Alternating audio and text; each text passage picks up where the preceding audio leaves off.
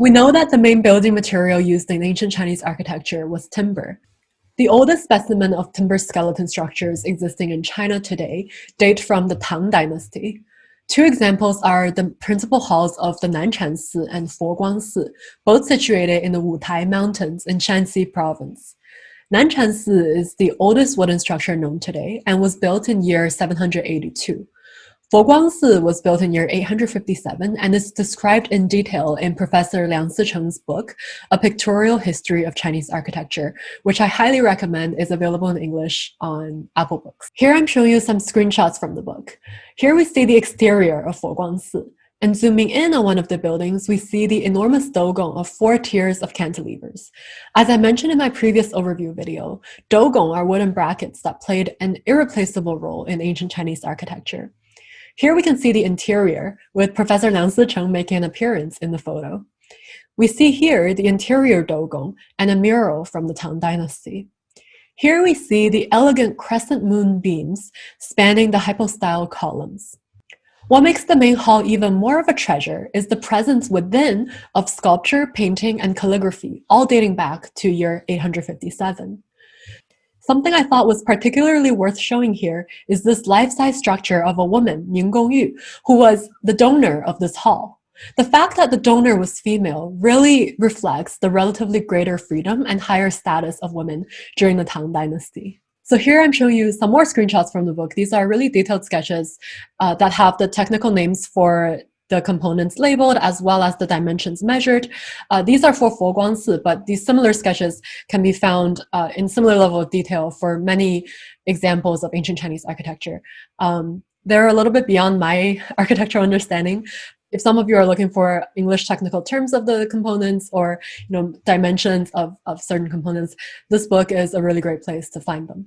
So if there are so few wooden structures remaining today, how can we know more about what ancient Chinese buildings may have looked like? One of the answers lie in grotto caves. In my previous video, I introduced Mogao grottos in Dunhuang, one of many important grotto caves in China. In short, quoting from the book Chinese Architecture, Art and Artifacts, the earliest remains of Buddhist architecture existing in China today are cave temples. The conception was imported from India, the first Chinese caves being excavated in around the 4th century, and the practice was continued until the Ming Dynasty, with the high tide being reached from mid-5th century to late 9th century. In most grotto caves in China, with the exception of Xiangtangshan grottos, the architectural treatment shows surprisingly little influence from India, and the only noticeable indications of foreign influence are the concept of the caves itself and the Greco-Buddhist motifs in the ornaments. And the architecture is essentially Chinese. Quoting directly from the book, the architecture of these caves may be studied from 2 aspects. First, the caves themselves, including the architectural treatment of the exterior and of the interior. And secondly, contemporary timber and masonry architecture as depicted in the reliefs decorating the walls of the caves.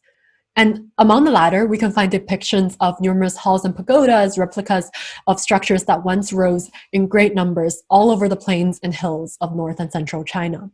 Here, I will take you through some fascinating examples of Chinese architecture as depicted in grotto paintings in Dunhuang.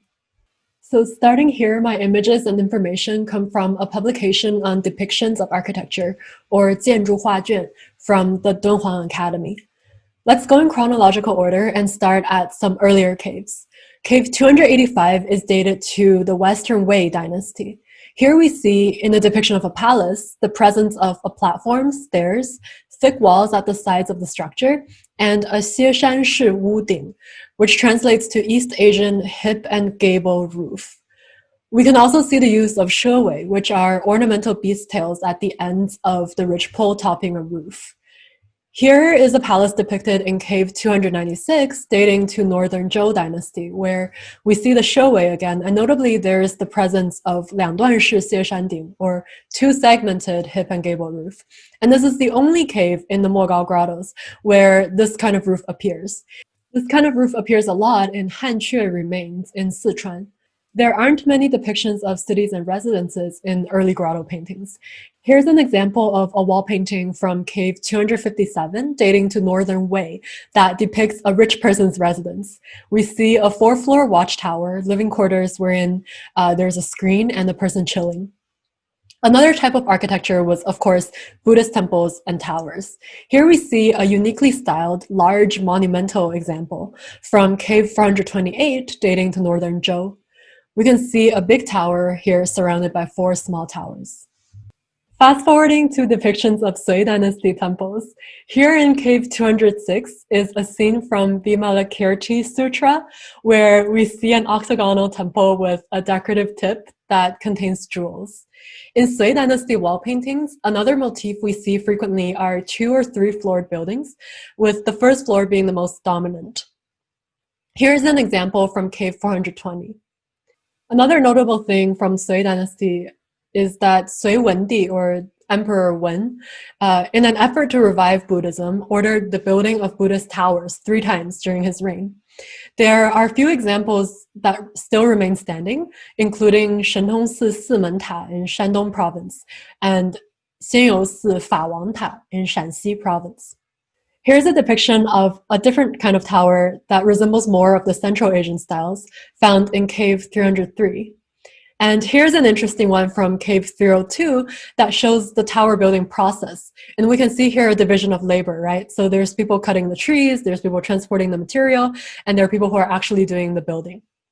In Sui Dynasty wall paintings, we also see more depictions of cities and residences, and we see a huge leap from Zhou Dynasty depictions. There's also a much larger diversity of style. Here's an example of a chengque, which translates roughly to the watchtowers at the sides of city gates, and it's from Cave 397. To get an idea of size scale, from Henan Zhi, there is a description of a city gate in Luoyang called Zetianmen, saying 左右连阙,阙高120尺. So 2 watchtowers at the sides of the gates, measuring 120 尺 in height, which is roughly 36 meters. Here's an example of a residence from Cave 419, presumably also a rich person's residence. And we can see many quarters with a main big one in the center. It's also interesting to note that on the roofs, we can see animals. In terms of architectural technique, here we see, again, an example from Cave 433, where we can appreciate the dogong. I'm going to cut this video here because I have a deadline coming up and literally going bald due to stress.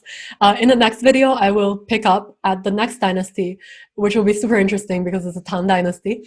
For today, I'll leave you with a summary of the resources that I used.